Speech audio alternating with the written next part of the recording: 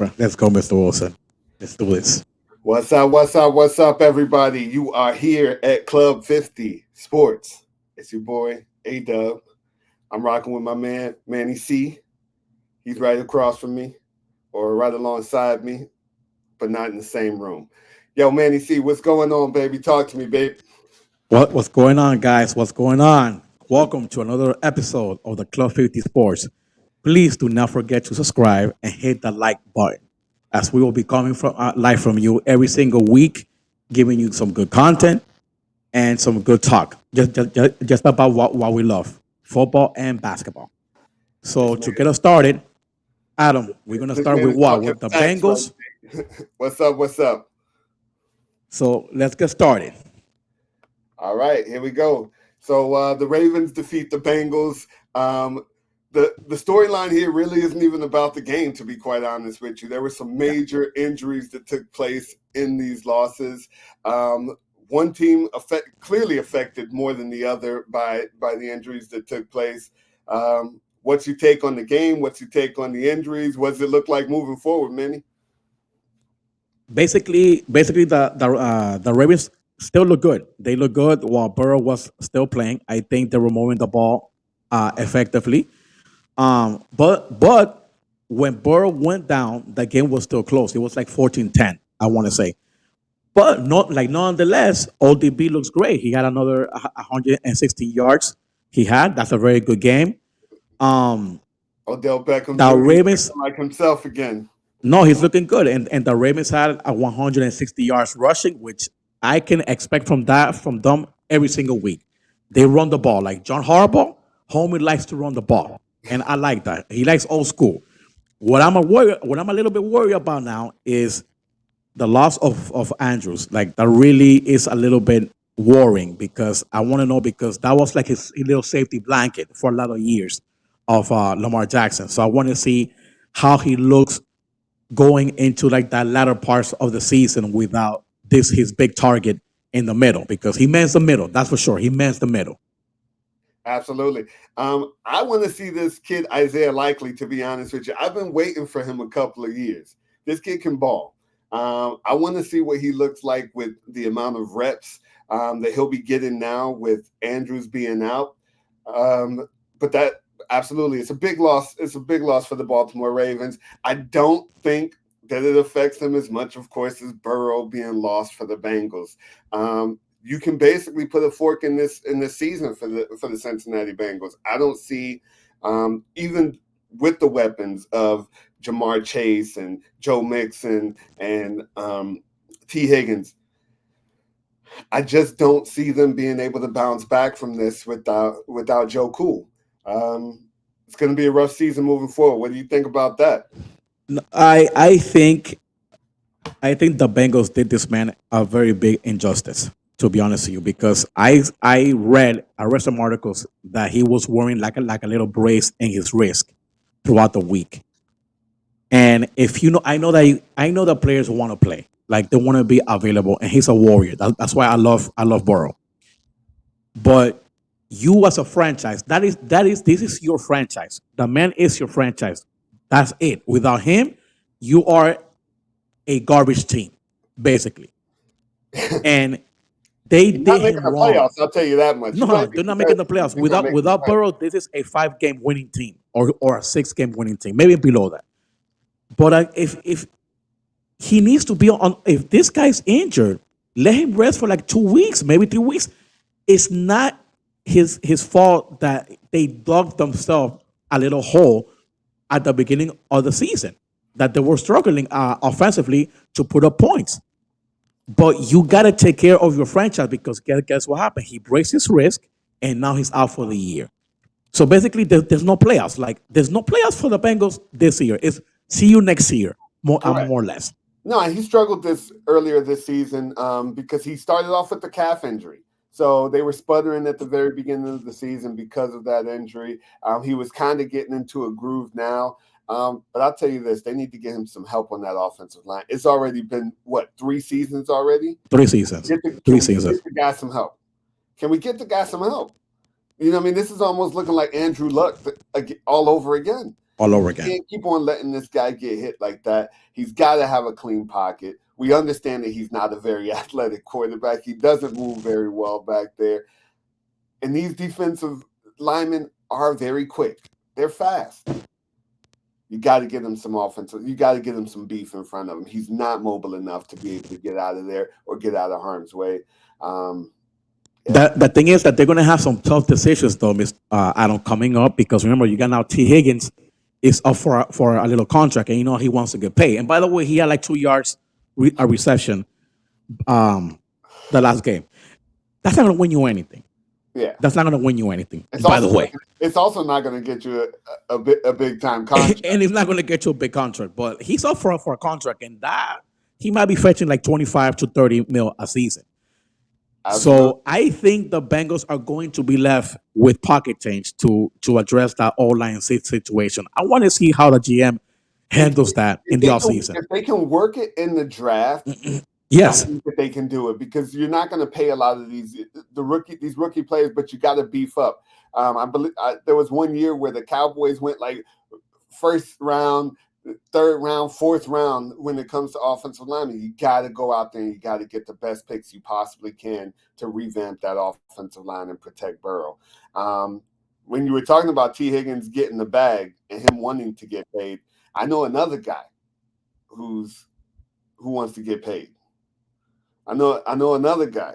He's not only a pitcher, but this man can also knock the cover off of a baseball. What do you think about Mr. Ohtani trying to secure the bag? What's up with that? that the thing is, Mr. Wilson, major league teams are going to have to think through what they pay this man because he's truly worth. He'll be the first athlete in this country that will fetch $500 million because not only is he a pitcher, he's also a great batter. He is this generation's Babe Ruth, and we all know who Babe Ruth is. Like his name is still coming up these days in the Major League Baseball. That just tells you about the man. He might be fetching 10 years for like 500. 10 years. I'll probably say between 8 and 10. Well, Mike Trout got paid for 80 when he got paid. And Mike Trout that I think Mike Trout is not a pitcher. This dude can pitch and he can hit. I have never seen anything like him in my lifetime. Never, ever. Never. No, this is definitely something special to witness. To have a guy be able to play or to pitch and be a threat at the plate, you got to pay that type of money. You got to pay that type of money, and he's not mediocre at either. I'm not saying that he's the best pitcher. He's definitely not. He's definitely not the best pitcher. He's not the greatest hitter, but he does both pretty well at a high level. Correct, and that makes him kind of that Swiss Army knife when it comes to a baseball club where you can move him around, particularly if you're in the American League and you have a DH position. So, that I think that where I feel like it's going to be a problem, I don't think he goes back to the Angels. What do you? I was thinking. I've been reading that the Chicago Cubs are striking in close on this deal. They're very close. They're very, and I think this will be huge for the city of Chicago. Huge, a huge signing. I think this will be like somebody other than Michael Jordan. Yes, I said it. Somebody other than Michael Jordan of that statue to come into your city as a free agent and sign with you for 10 years, or let's just say minimum 8 years. You might get 8 years out of this man in your city. The type of revenue that this guy is going to bring to your sports bar, like merchandise, ticket sales. Oh, that's. Wrigley Field has already sold out crowds every single day, almost as it is. But this man is going to make. Oh, another thing, he's going to make your franchise be worth more. So Absolutely. I think for John Ricketts, like the owner of the Cubs, this is a no-brainer to bring this guy in. Now let me ask you this. You know that baseball is not something that we necessarily always do on Club 50 Sports. However, am I wrong when I say that the Cubs will not have a DH spot for him? No, but not, I don't. I think no. The National League does now have DH now. The pitchers they never ban now. Okay, okay. So So, in both leagues you have the DHs now these okay, days. okay. I'm thinking years back. I'm like, hold on, this might be a problem. All Yeah, right, this came into effect. I want to say like 3 years ago. This okay. came into effect that more pitching are going to bat, which Because I those definitely I because am those on guys are board with this. horrible.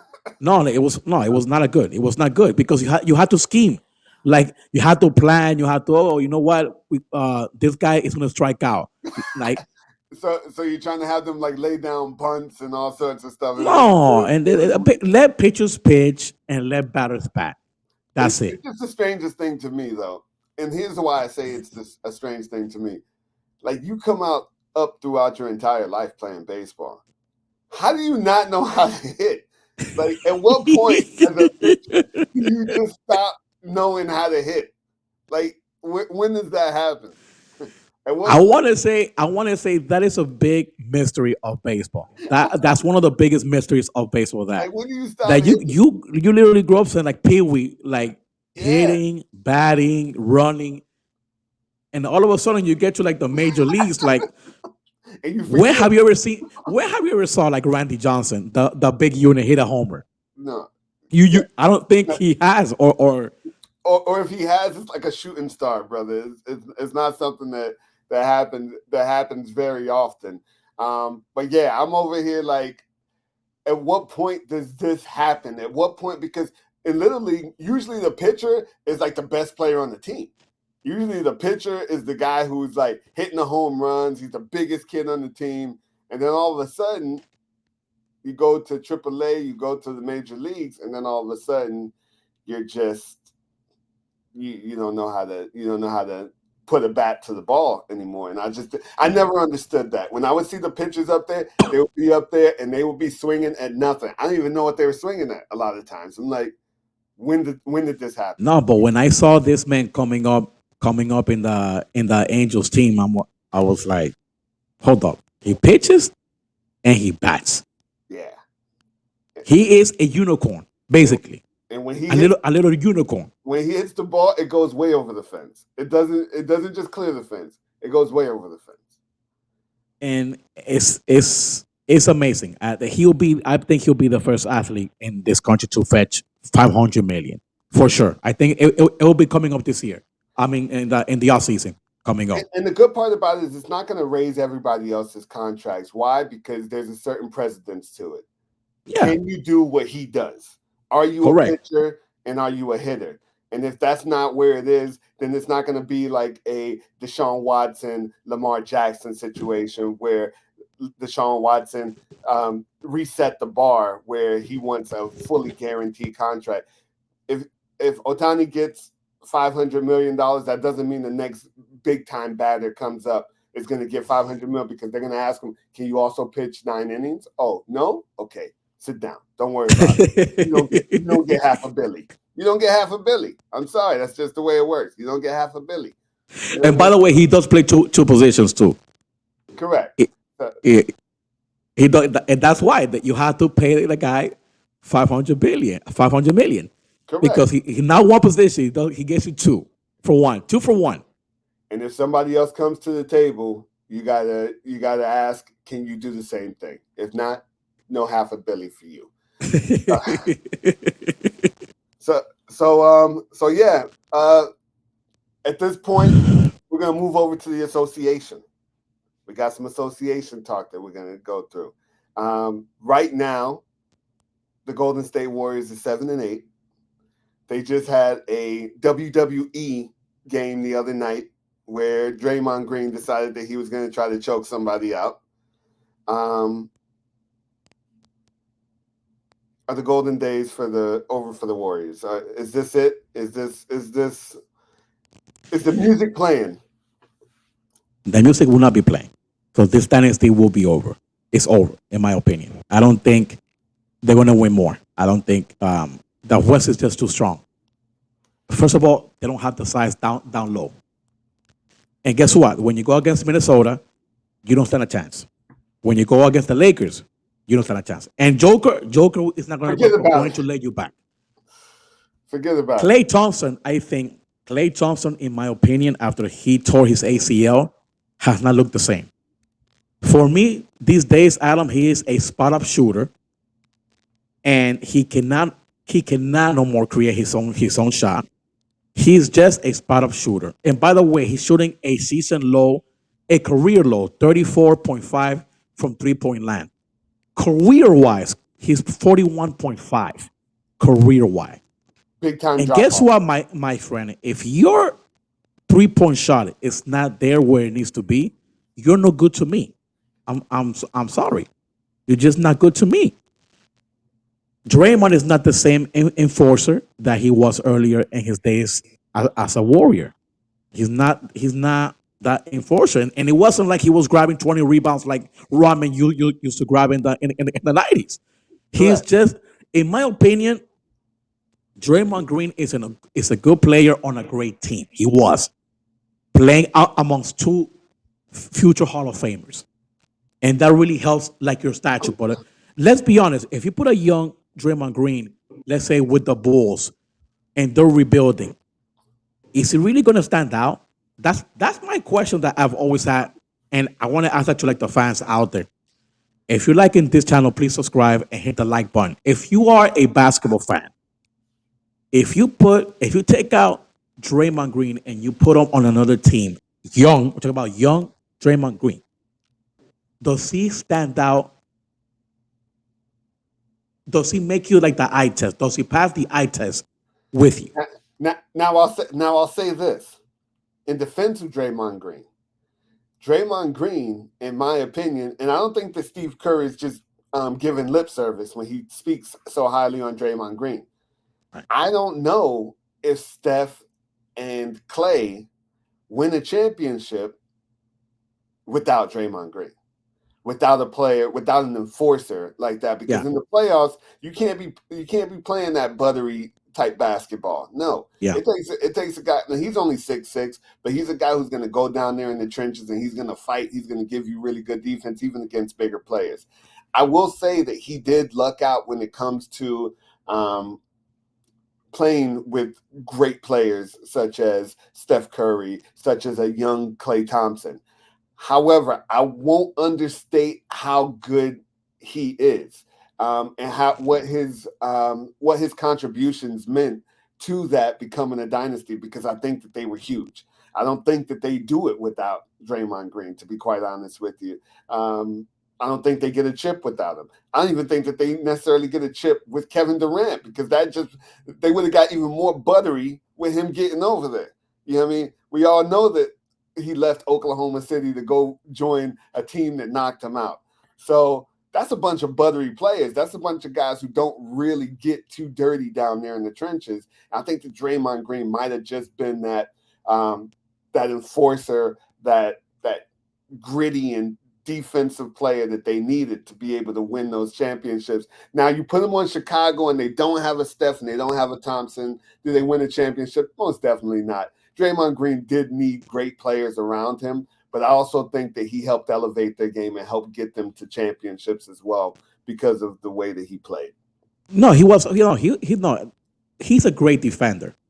Don't get me wrong. He's a great defender, but he is not that caliber player today.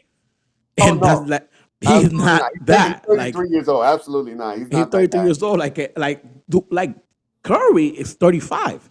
Correct. And guess what? He's still averaging like 25 points a game. But guess what? He's still launching balls from the half court. Correct. And that really helps, you know? Yeah, that helps, but that doesn't necessarily win playoff basketball games. That No. doesn't necessarily win 7-game series, because when those shots are not falling and the playoffs become a much more physical atmosphere, when they're not falling, what are you doing at 35 years of age?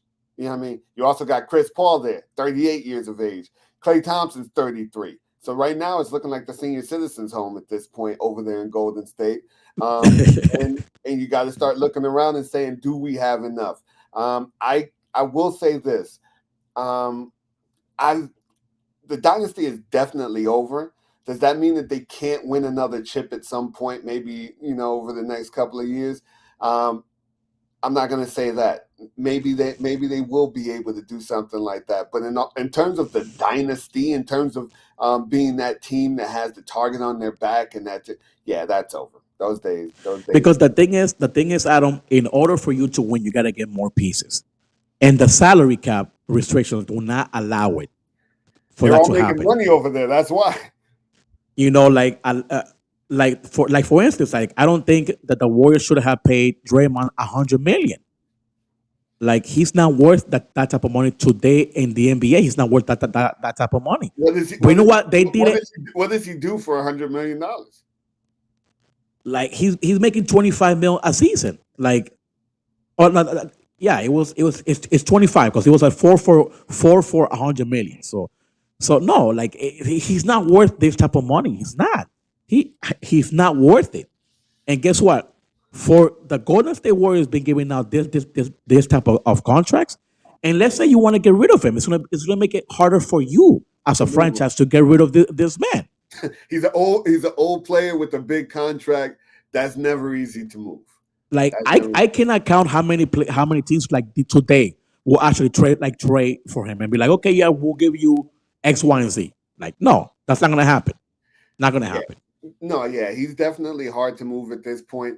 I can say with the escalated salaries, I see some players who I'm like, how are you making almost $50 million, or how are you making 40 million?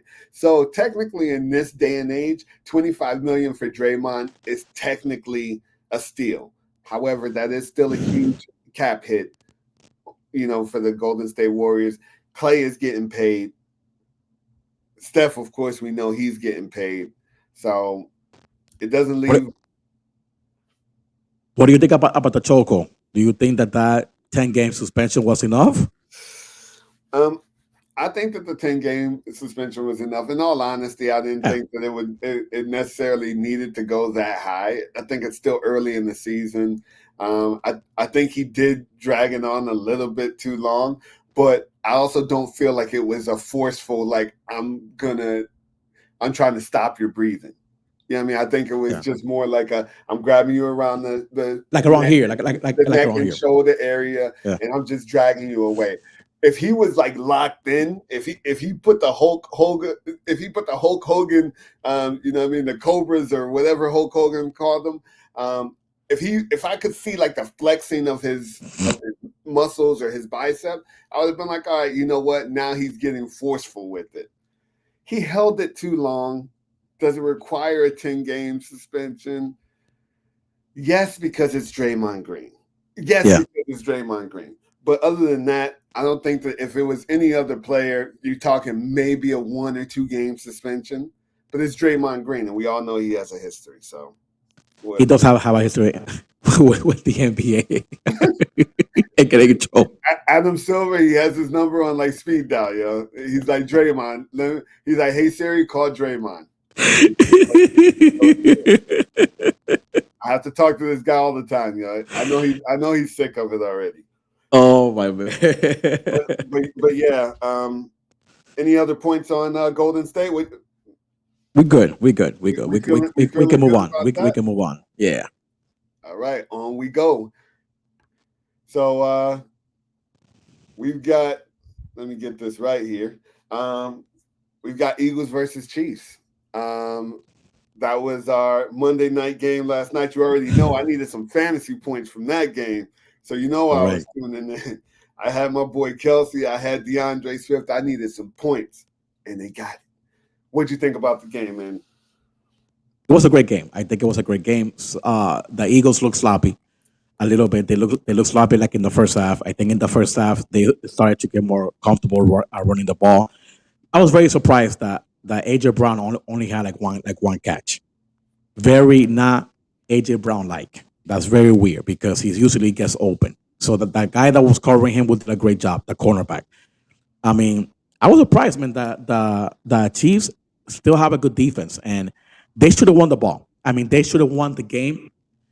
They should have won the game. I'm gonna say that for a fact. If Mahomes does not throw a pick in the red zone, and if Kelsey doesn't have that fumble, I mean, we could be talking now about saying about the Eagle. I mean about the Chiefs having very good comfortable lead as far as like a home field goes.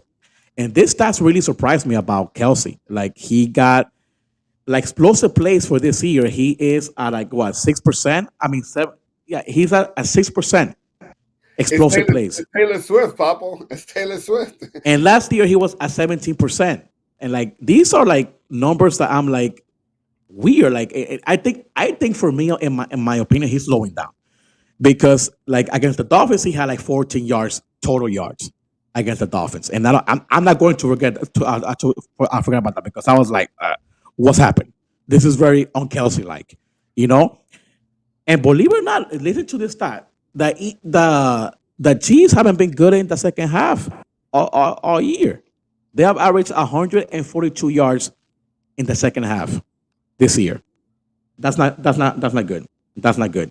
Red zone wise, they have dropped. They were second last year in the red zone. This year they're 15th. And Mahomes, this is what he did last night. It was 4.1 yards per play.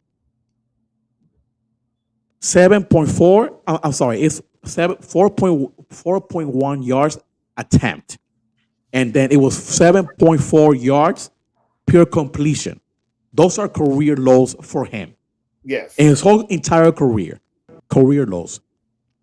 And I mean, Yeah. if Valdez Scanley he makes that catch, I mean, when I saw this man just clutch backwards and throw the bomb, I'm like, oh. And when I saw Valdez Scanley by himself running, I'm like, oh, game is over, game is over. And next thing he drops the ball, I'm like, that's pretty much what has been like the Chiefs season up to date. Like their offense hasn't been great. I mean, the running game is not bad. Like Pacheco, McKinnon,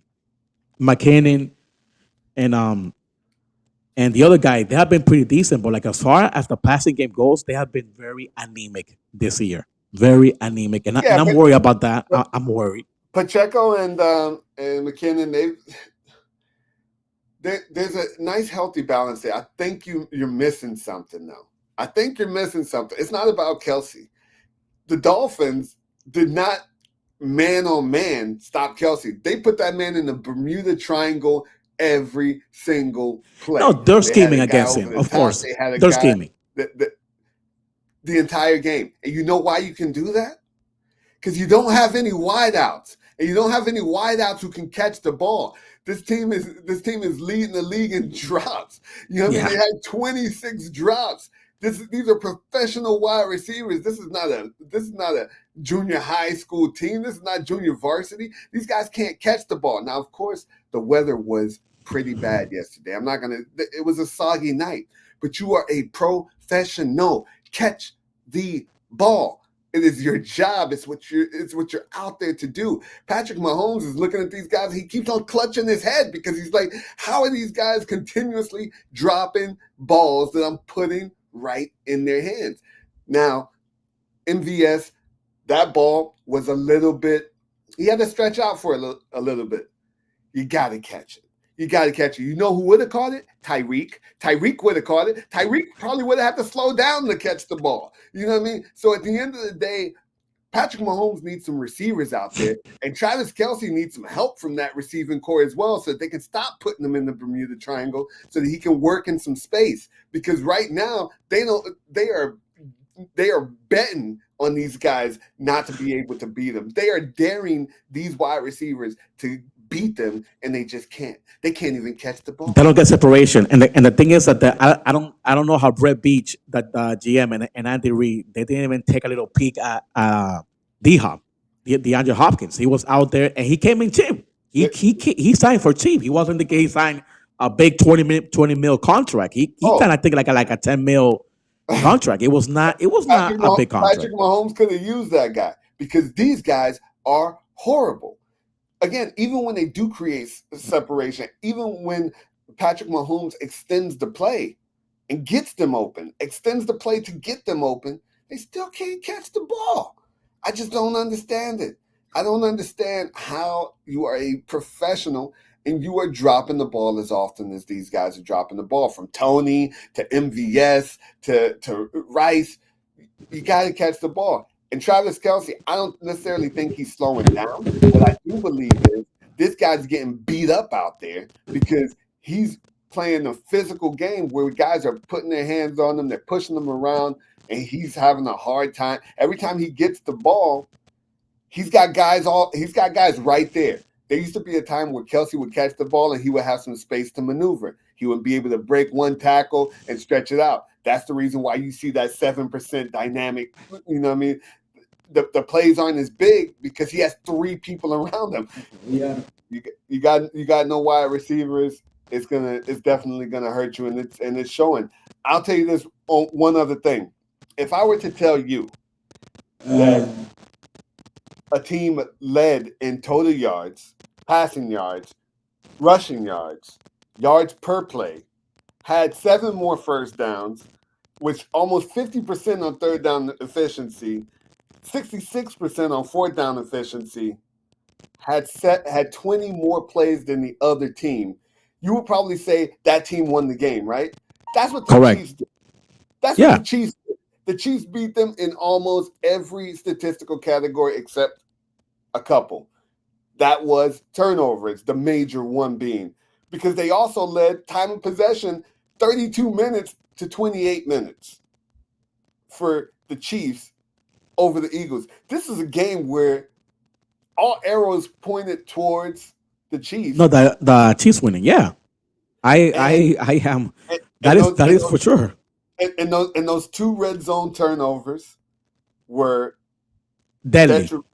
yeah, and that drop at the end was the nail that sealed the coffin. But I'll tell you this right now: the way that the Kansas City Chiefs look right now, it'll be the first time in a long time where the AFC Championship does not go through Arrowhead. I don't see a path through Arrowhead for them. Not looking like this. Not with these wideouts. Not with these wideouts. These wideouts are bad. What's your final take on it? I'm a little bit worried, man, with the Chiefs this year. I have 2 teams right now in my head that will beat them right now. That they have a chance to beat them, and that's the Ravens and the Dolphins. Due to the fact that I trust the Dolphins because they got good pass rushers in Bradley Chubb and Jalen Phillips, and you need that against Patrick Mahomes. And then you got 2 Pro Bowl level cornerbacks in Ramsey and Howard. And I like John Harbaugh. I like Baltimore because they could run the ball and they play very good defense. And I think these are right now a legitimate 2 teams that can beat the Chiefs right now as we speak. I think they have a good chance. They have a good chance. They have a good chance. And I think the Ravens have a great chance to get the home field. Like if they keep playing like this, don't get me wrong. They have a little date with the Dolphins coming up later on this year. So I want to see that right there. I think will define home field throughout the AFC. I'm interested to see like that game how it goes. I agree. I definitely agree with that. I definitely agree 100% with that statement there. So we'll leave the NFL alone for a second, and we're going to jump over back to the association. Let's jump back to the association real quick because you and I have been able to witness Right. one of the greatest players that this league has ever seen. Again, we won't get into the MJ LeBron debate. I don't think I ever want to get into that debate on this show, to be quite honest with you, because I'm tired of it. I think that everybody should be able to embrace both MJ and LeBron for their greatness during their generation. They never played against each other, so we don't have a sample size. We don't know what it would look like, one versus one or one against the other. What do you think about the way that LeBron is playing right now? Do you think that this is something that he can keep up? And what's the forecast for him this season? LeBron James right now started off the season very great. He Red had hot. 35. He had 37. It looks like this guy is like forever young, and it's amazing like what this guy is doing almost at 40 years of age.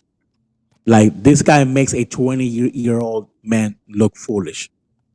Is unheard of. Like I have never seen this type of athlete in the NBA do this type of damage to the NBA. Like 35 points at 40 years old, 35? Never heard of that.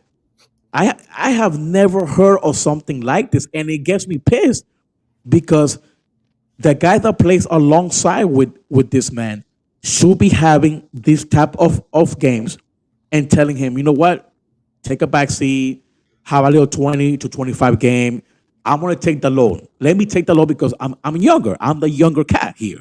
A guy who's a decade younger than he is. So Basically. And this guy is not showing up. Like he gets 9 here, he gets 18 there. He might get you 35 one night, but then he goes probably 2 to 3 games down the road, and it's it's amazing what LeBron James. Now, am I a little bit worried? Yes, I'm a little bit worried because this can be a concern for injury.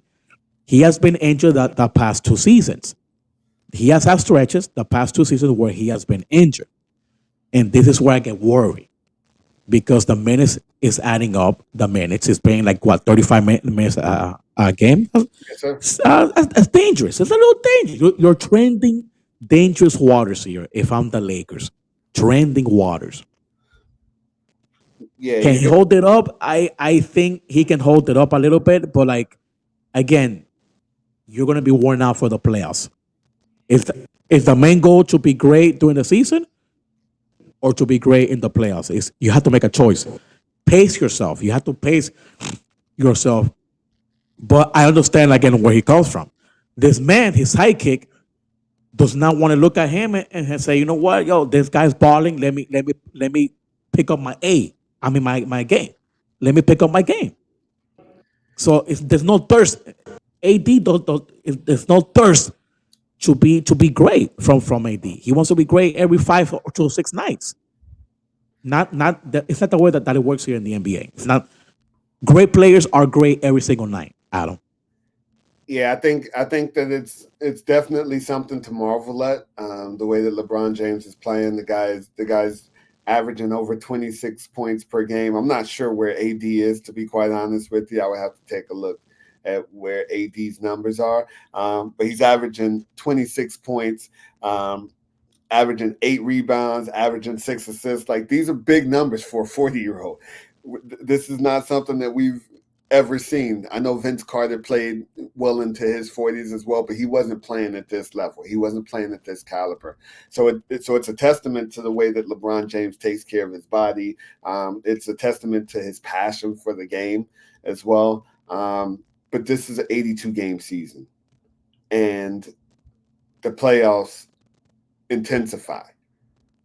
And there's again at this level, 35 minutes a night, 26 plus points a game. For him, I hope he can do it, but I understand that this is not the 24, 25-year-old LeBron James anymore.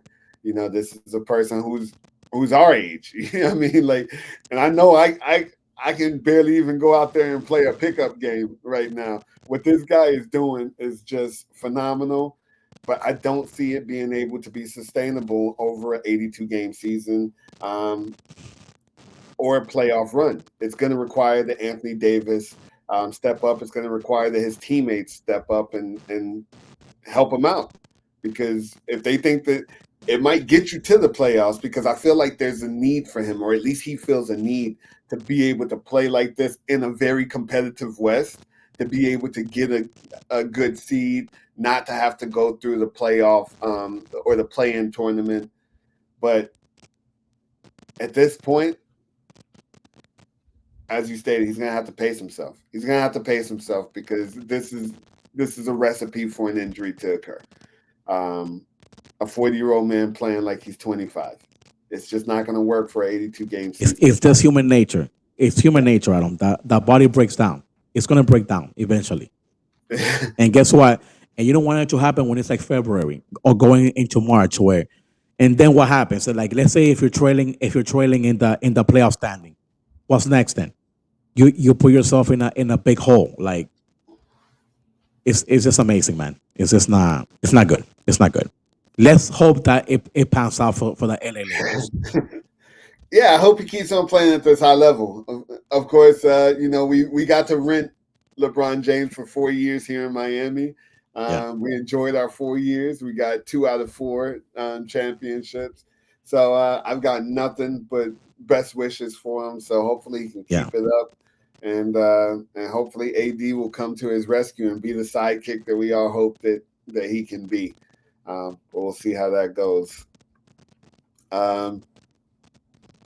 This is some NFL news. It's about time. After a very long time. Jerry Jones and Jimmy Johnson, it was kind of like, I didn't know whether or not they were going out on a date because they were holding hands. I'm not sure what was happening. It was kind of awkward to see both of them like gazing into each other's eyes and to gazing into each other's eyes. And it was just a weird situation because I still feel like there's tension between those two. They were once younger men. They weren't young men when it happened, but they were younger men, almost 30 years younger, when they decided to have this break and break up a dynasty that could have lasted God only knows how long. But it was weird for me. What do you think about him getting inducted into the Ring of Honor for the Cowboys? And what did you think about that whole exchange that It was something. I read that it was something that he already had planned to do this year, and it happened now in the Carolina game where he walked up to him with the camera crew, and he just told him, "You know what? I'm going to induct you in the Ring of Honor in Jerry World." And I feel great. I think my grudge got lifted from Jerry Jones, which I had a big grudge on him for all of these years for not a Cowboy history is not a history without Jimmy Johnson being part of it. And I'm saying as in for them to recognize the job that he did with the Cowboys. And I'm very happy that these two men, they did, especially Jerry Jones, that he decided to put his ego aside and say, you know what, this man brought me 2 rings, and he built for me a dynasty for at least like 4 seasons. You know, and I'm happy. I'm happy for Jimmy Johnson. I'm very happy for Cowboys fans, and that it finally made it happen. I think Troy Aikman and Michael Irvin had to do with that. I think they got into his ear for so many years, and they were like, "Hey, coach needs to go in," and also Emmett. Hey, yo, that triplets, Jerry, come on now. Like it's time. It is time for this man to go in. It's ridiculous. And you say he got him 2 rings. I say he got him 3 because Barry Switzer did not get him no damn ring. We all understand this. Barry Switzer was a goofball. The dude didn't know his ass from his elbows. The dude was lost. He looked lost in every single press conference. So Jimmy Johnson definitely. Jerry Jones doesn't have a ring on his finger right now if it wasn't for Jimmy Johnson. Now, I agree. 2, not 3. Point I blank. wholeheartedly agree. And in all honesty, if Jimmy Johnson's not wearing 3 rings right now, that's also a disservice because I feel like during that ceremony, I think that he should give him the ring from the 1995 season as well because that was his team. If he would have just left Jimmy alone, who knows how many rings they would have or how much they would have been able to accomplish together. Up to that point, only 6 teams had won back-to-back championships. Only 6 teams had won, and that was up till Super Bowl 28. 6 teams won back-to-back. Pittsburgh had done it twice. This is the only fool I know to fire a head coach or to part Coming out of a Super Bowl victory. at the height of your I don't know that little. I never understood that one. When I was little, I was like, "What happened here? What happened?" who does that? You know what I mean? Now I've seen coaches walk away from getting from the game after winning Super Bowls. Very rarely happens, but to be fired after winning back-to-back championships, that's just absurd. That's just absurd. The dude with the Cowboys had a 44-36 record. Now, you might say, oh, well, that's not a very good record, Adam. Yeah, but you have to understand that in Troy Aikman's rookie year, out of those 36 losses, 15 came from that year. From the first year, correct? Yeah, I remember that. Yeah, 15 came from that year, the 89 season, with Troy yeah. Aikman in his rookie season. So they went 1-15 that year. So they went 43-21 over the next three seasons. And how many people he sent to the Hall of Fame Come that he on. that he drafted? Come on. Jerry's wilding. Jerry's wilding. I'm sorry. Jerry needs to get it together. And man, Whoa, we'll see. We'll see. He did it nice because he's 81 years old, Jerry Jones. So he wised up at 81 years old. So I wish Jimmy would have pushed him down to the ground. I wish they would. oh my God, push him to the ground. Yeah, it should have been a little scuffle. You know what I mean? A little scuffle, man. We got some things to work out here, bro.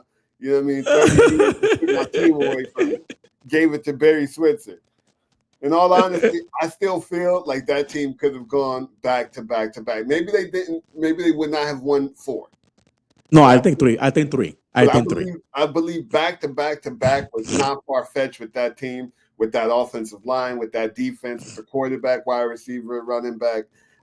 Jerry Jones, you wet the bed, and I'm upset with you forever about that. Manny says that you've made amends. He's made amends with you. Me, I'm a Cowboys fan. I'm still not okay with you right now, Jerry. Maybe if you fly me out to to Dallas for the ceremony. yeah, you know what I mean? Give me season tickets or something, you know what I mean? Fly me out there, I'll forgive you. But good old Jerry.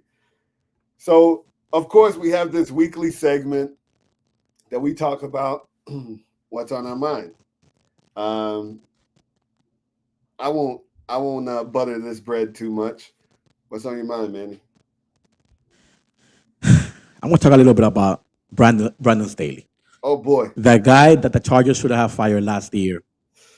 No, should have left them in Jacksonville last year after that total collapse that they had in the playoffs. It was a total you say you collapse. should have left him over there.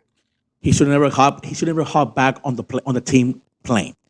He should be like, you know what? If I'm Spanos, Dean Spanos, I would be like, you fly home commercial. Sorry, that team is leaving without you because this is where you stay.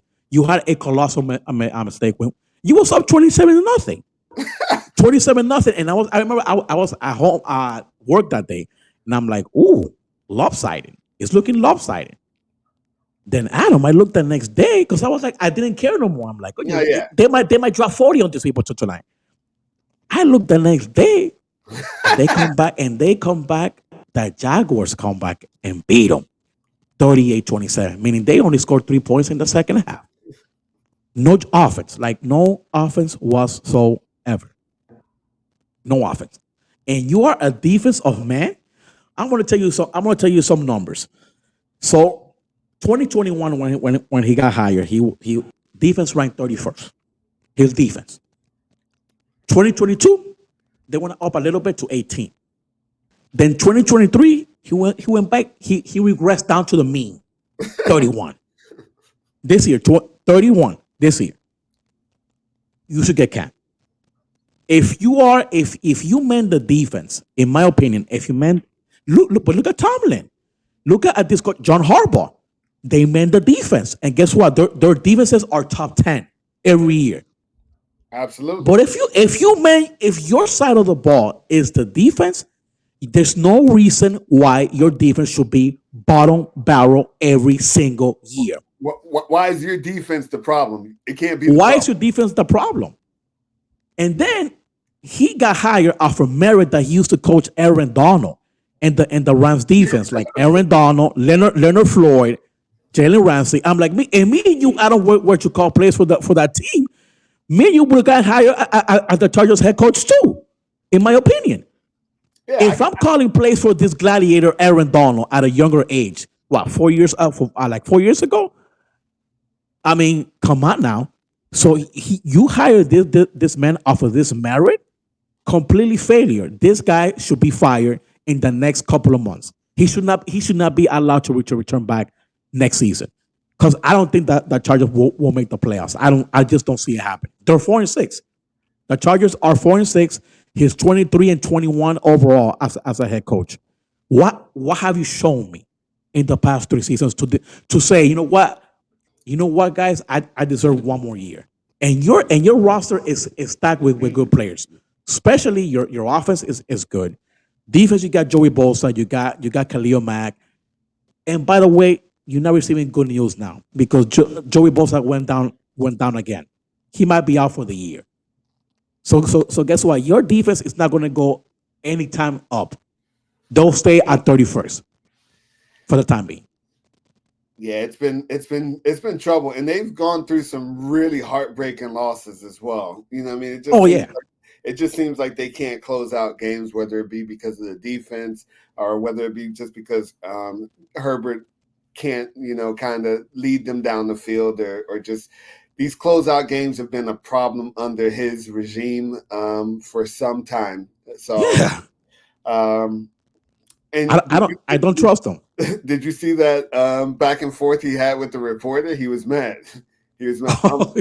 He's like, I'm gonna keep calling the plays, so you don't have to ask me. I'm gonna keep calling the plays. Like, Well, okay, then why? Yeah. Keep calling your plays because you're not gonna do any better. You're gonna get scored on every single week. You might be leading the league in points allowed on defense. It's horrendous. He should be fired. You gotta go. You know what? Go back to fucking Division 3 football. That's where you belong. Because this NFL is not for you, my friend. wow, you're demoting them all the way back to college. Division 3, not no, Division not one, no, not Division 3. Go We're going back. to three. We're going to three. No, yeah, no, yeah, no. Time for you to go. Manny's giving you your walking papers, but I'll say this: he's probably gone after this year. I don't think that they're going to do a mid-season change. To be honest with you, but I don't. There'll be another head coach in Los Angeles next year. Maybe Sean Payton could have waited another year. I'm And looking. You know what? Oh, just before we leave to the next topic, I'm looking at Jim Harbaugh. Jim Harbaugh are you with kidding Herbert. me? Really? That's what I'm talking about. All right, that's a hot take. Yeah, that's a Jim hot take. Harbaugh. Hey, Jim Harbaugh. The way that what's going on in the with him in the investigation. If the charge, but the thing is that the Chargers don't pay. They usually don't pay coaches. But if you get him for like 14 mil a season, he will come to you. He'll be like, okay, I will accept. 14 mil for head coach is not bad in the NFL or anywhere. Not bad at all. But I will say this to that hot take that you just made, because that's a hot take. You know what I mean? Maybe, but we got to be honest. Jim Harbaugh has won everywhere he's gone. He's been a winner. Just look at what he did with Alex Smith before he got to the 49ers. Alex Smith transformed his career completely when he got there. Absolutely. And Yeah. look what he did with Colin Kaepernick. And He works wonders with quarterbacks. he does. That's his forte. Quarterbacks. He's the quarterback whisperer. And you remember what he did with Jim Shorts when he told him to get out of his way. He said, "Get away from me." He said, "Get away from me." Guys, please subscribe to the channel, please, guys. Hit the like button. As you can see, we're like a family here, man. We like to have fun, man. We're two best friends going at it, every single week. Absolutely. So with that said, Please make sure that you hit that thumbs up. Yes, everything my guy just said. Make sure that you do all that.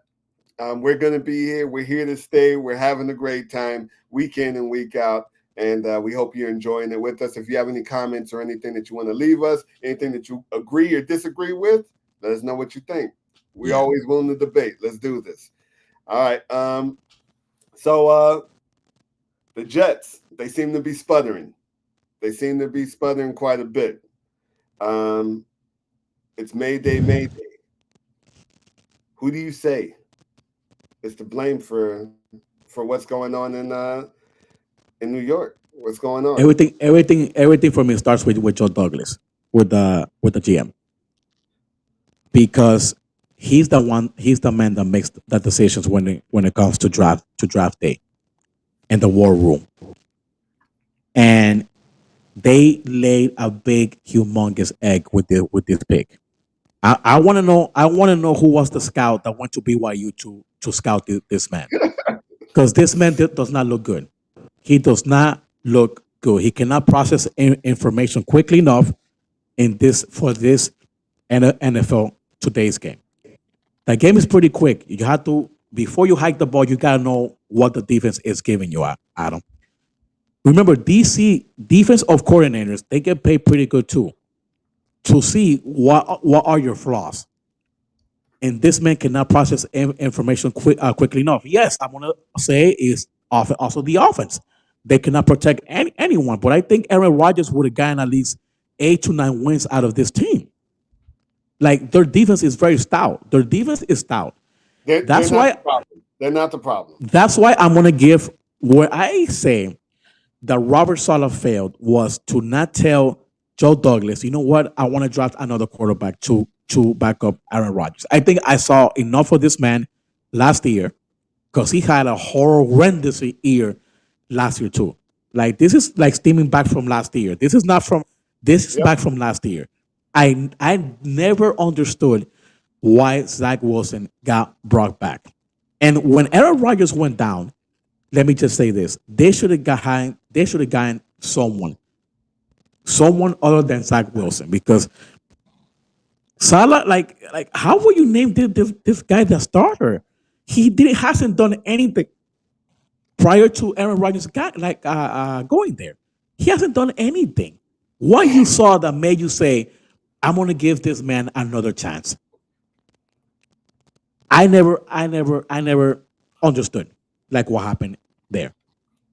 What's your take? I'm going to tell you this right now. And in any other year, I would say I completely agree. And I'm not saying that you're wrong with any of the things that you stated. All of those things were huge, huge blunders. I don't necessarily not like Salah. You know what I mean? I think that he's a guy who can lead a locker room of men. But Zach Wilson, that was definitely a mistake. But I don't think that that's what's to blame this season for the Jets. I'm going to blame Lady Luck. You go out there and get a guy in the offseason, a guy who's going to be able to trend. Because let's just be honest, Aaron Rodgers is playing right now. We're not having this conversation. Can we agree on that? Yeah, If Aaron correct. Rodgers is playing right now, we are not having this conversation. Not with the way that defense is looking. Yeah, Not with the way that defense is looking. With Brees Hall, with Garrett Wilson. Garrett Wilson might be looking at 1,500 yards this season if Aaron Rodgers was playing. That's how good that kid is. He looks like hot garbage playing with Zach Wilson. But Zach Wilson can't hit the side of a barn. You know, he can't hit water if he fell out of a boat. That's not a Garrett Wilson problem. That's a Zach Wilson problem. So just to make that clear, we would not be having this conversation if Aaron Rodgers was playing. It just so happens that after an entire offseason of courting Aaron Rodgers, trying to get him into the building, trying to get a deal done with Green Bay, the fourth play of the regular season, the man suffers what might possibly be a season-ending injury.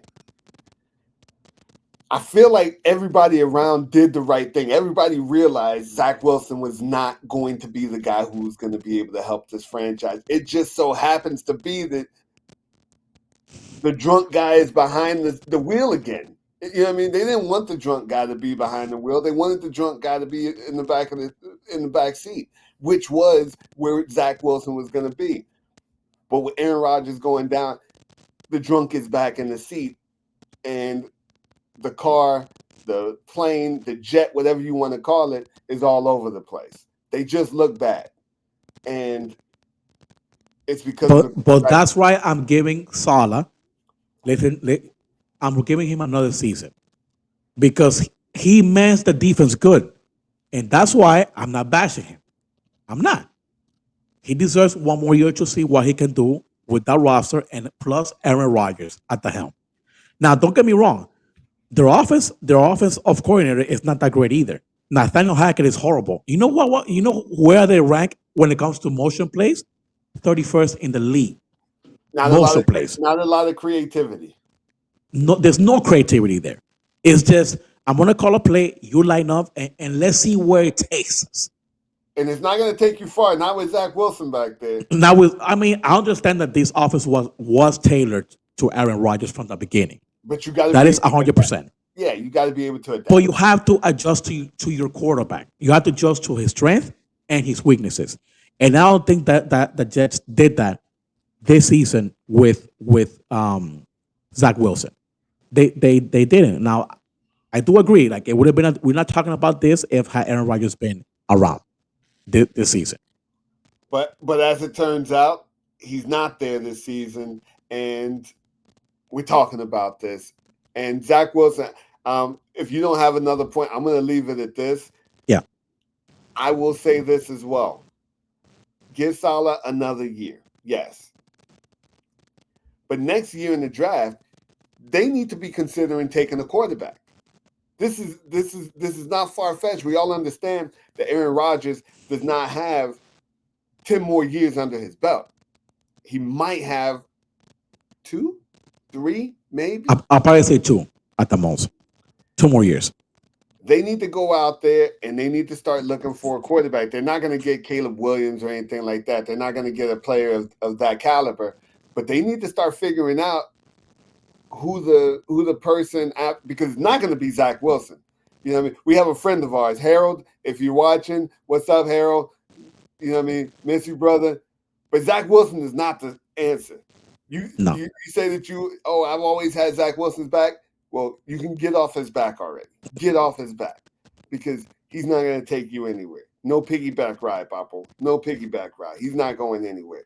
Time to get off the Zach Wilson train. He's not the guy. But let's go ahead to our next segment. We'll jump off the Jets. And this is also another one of the segments that we have every single week, and it's our game ball of the week. Who you got? Believe it or not, man, I think I'm gonna give it to I'm gonna give it to Devontae Smith for making that catch towards the end of that game last night. I think he had a great game. He had 96 yards receiving, plus that big catch. I like when you make big. I like when players make big time catches, and that was one of them. He did a great job by getting open, and also Hurst laid the ball like right there. He put the ball there, you know. That was definitely a big time play in a very big moment. In all honesty, I don't have a game ball of the week. I don't. You know what? I'm gonna be nice. I'm gonna give it to somebody who I've given game ball of the week to before. CJ Stroud keeps on doing his thing. I know it wasn't a high scoring game or anything like that, but I'm liking what the rookie's doing. The Texans are on a win streak. But this week, the football just wasn't all that great. I gotta be honest with you. The football wasn't all I really thought about this one, to be honest with you, like this past week. I'm like, who am I gonna give the game ball to? The football that was played, like, nah, bro, like. But to be honest with you, you know who else looked good though? Cortland Sutton, the guy from Denver, man. He be making some acrobatic catches too. Cortland Sutton looked good. I guess we could have even given it to Brock Purdy. Brock Purdy looked good in the win for the 49ers. I guess I'm being too hard on some of these players. But even the matchups this week, like, they weren't really even game ball worthy, to be quite honest with you. Yeah. So, I don't want to take away from I don't want to take away from their accomplishments. Yeah. But I want to see some better games. Even this upcoming week, I'm going to tell you right now, the games. So hopefully, it's a week worth of good games soon. But moving on, we got our game balls handed out, even though I really didn't want to give one. And we've got our Manny. It's your turn this week. This week. So the top 5 NFL teams going into week 12. I got 5. Number 5, I got the Chiefs. I'm going to pick the Chiefs. I mean, I know they lost this past week. I still have faith in them. They'll in my list, they're 5. I'm going to go with the Lions. I thought they were going to lose. They were the Bears were up 26-14. Late in the fourth quarter. I was like, they might lose again. But you know what? Jared Goff led them back. They won. For me, they stay at number 4. Number 3, I got the 49ers. I like the 49ers. I like Brock Purdy. I like the running game. I like Kyle Shanahan. I love Kyle Shanahan, by the way. I trust him. And their defense. Number 2, I got the Ravens.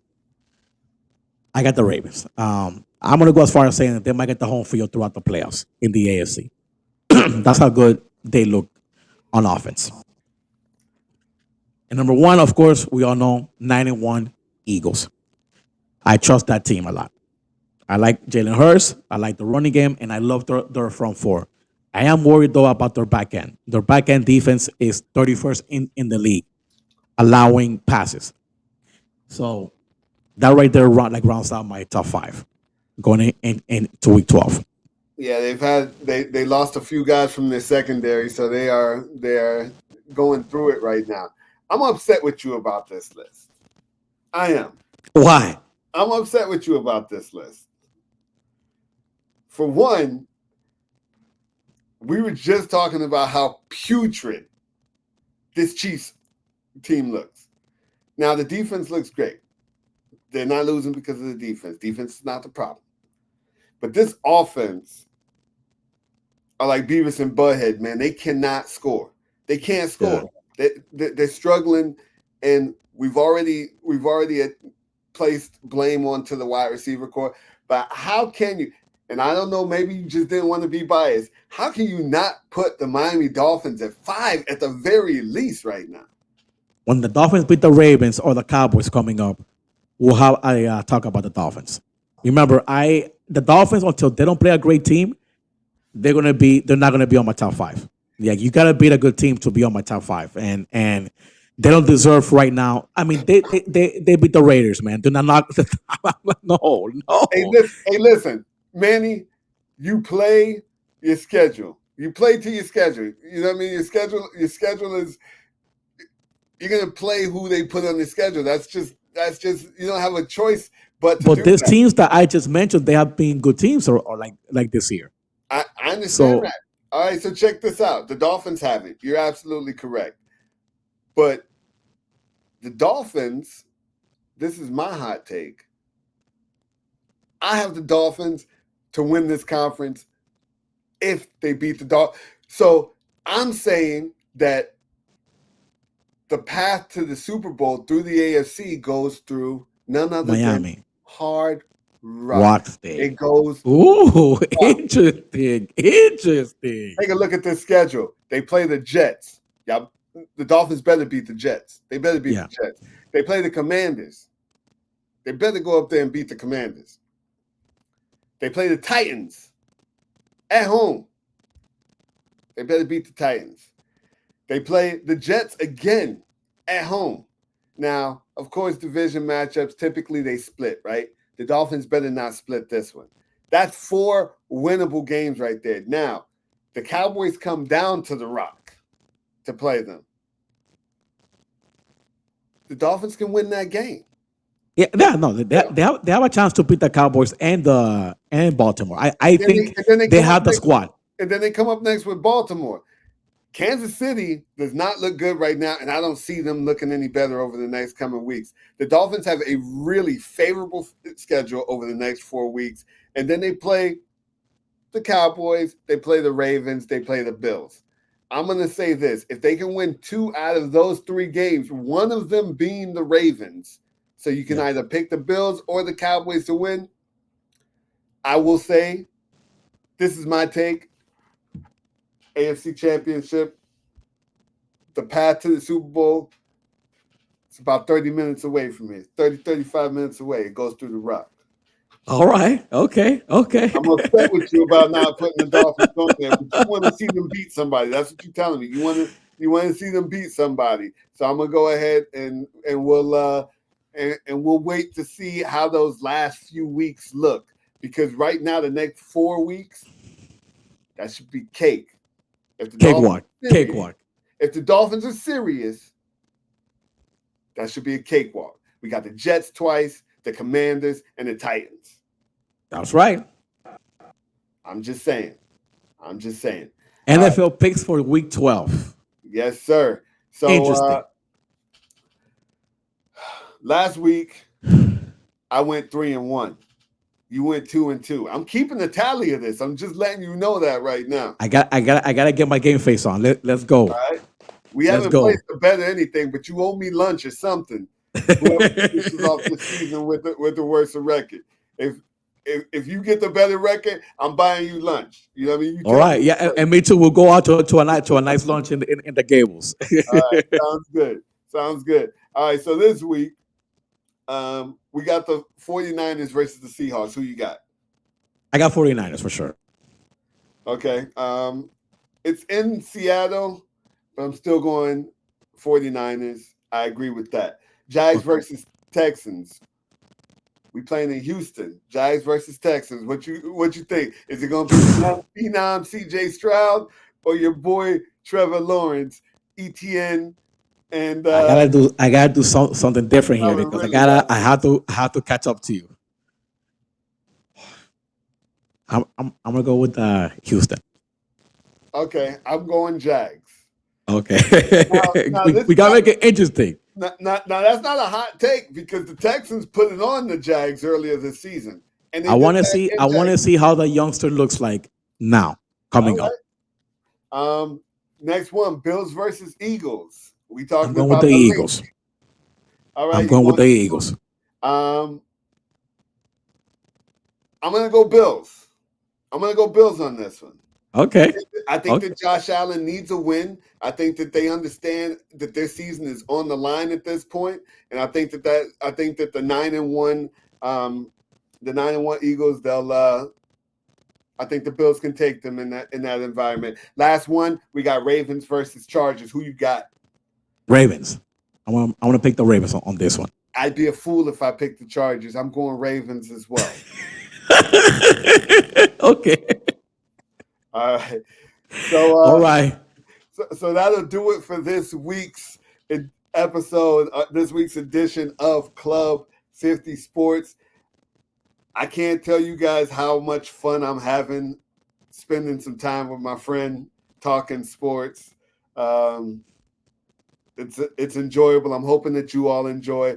Just as Manny's been saying throughout this entire telecast, make sure that you hit that like, make sure you hit that notification, and please make sure that you subscribe. We've got more content coming. We'll be here every single week of the football season and the basketball season. Manny, talk to your people. Guys, I want to wish all of you a happy Thanksgiving. And enjoy the festivities, the long weekend. Happy Black Friday too. Thank you again to all of you guys for joining the show, for subscribing. Please let a family member, a friend, a coworker know to please subscribe. We're gonna come like Adam said every single week. We are gonna bring good content, and it's just two guys just having fun. We're talking about what we love, which is football and basketball. Again, take care, everybody, and have a great Thanksgiving. Till next week. We'll see you guys later. Take care, everybody.